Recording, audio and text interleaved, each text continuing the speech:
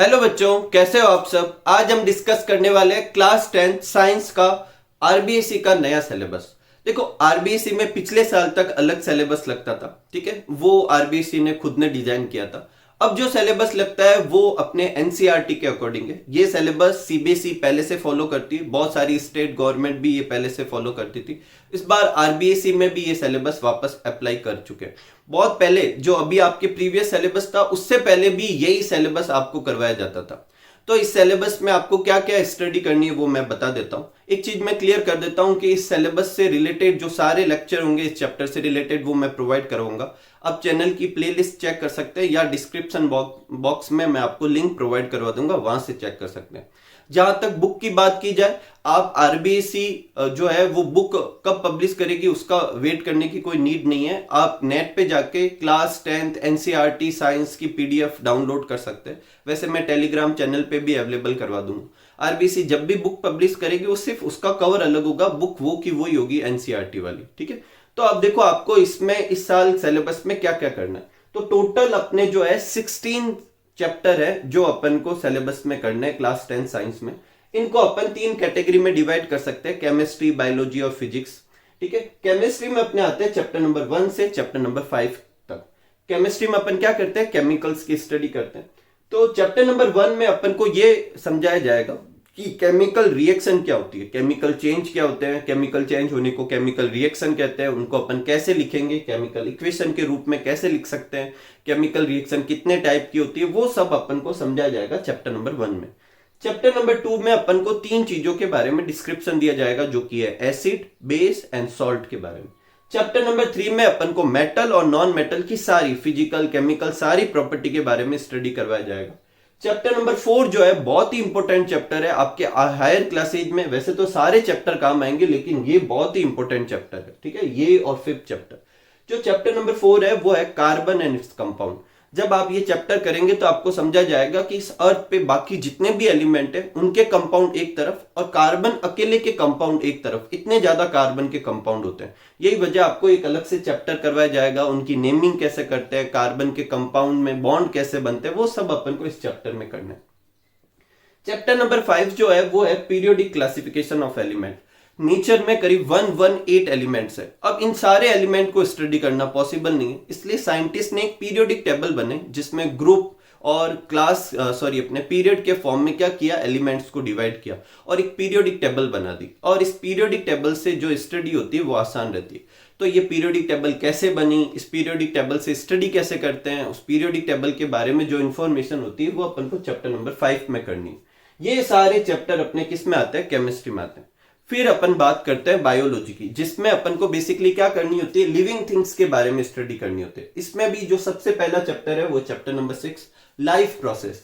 और life process में अपन को वो सारे प्रोसेस के बारे में स्टडी करनी है जो नॉन लिविंग से लिविंग और उनके बीच में डिफरेंशिएशन करता है। मतलब लिविंग में ऐसा क्या क्या होता है कि जो वो मतलब लिविंग कहलाते हैं, तो वो लाइफ प्रोसेस परफॉर्म कर पाते हैं, जैसे रेस्पिरेशन, एक्सक्रिएशन, सर्कुलेशन, न्यूट्रिशन, उन सब के बारे में अपन को इस चैप्टर में स्टडी करनी।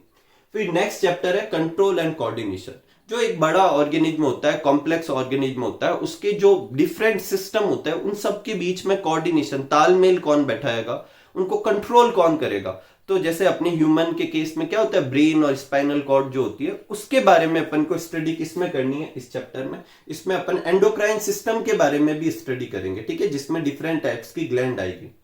नेक्स्ट है chapter number 8 how do organism reproduce. इस वाले चैप्टर में अपन को ये स्टडी करनी है कि जो कोई भी लिविंग थिंग्स होती है वो नेक्स्ट जनरेशन कैसे प्रोड्यूस करती है। बोले तो रिप्रोडक्शन के बारे में, डिफरेंट मोड ऑफ रिप्रोडक्शन के बारे में स्टडी करनी है।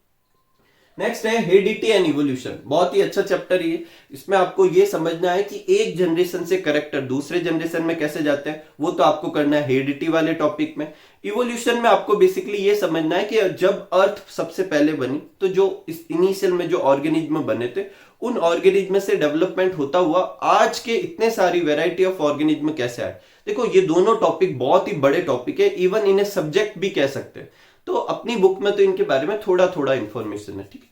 फिर नेक्स्ट जो अपना देखो 2 चैप्टर और है आपके बायो में जो सबसे पीछे दे रखे हैं। पहले अपन चैप्टर नंबर 10 पे मूव करते हैं। चैप्टर नंबर 10 से जो 14 तक चैप्टर है वो आपके फिजिक्स के आते हैं। चैप्टर नंबर 10 में आपको करना है लाइट, जिसमें लाइट में बहुत सारी प्रॉपर्टी होती है। जब आप 12th क्लास में जाओगे तो लाइट में बहुत सारी प्रॉपर्टी कराई जाएगी, उसमें से 2 प्रॉपर्टी अपन को करनी है, रिफ्लेक्शन और रिफ्रैक्शन के बारे में।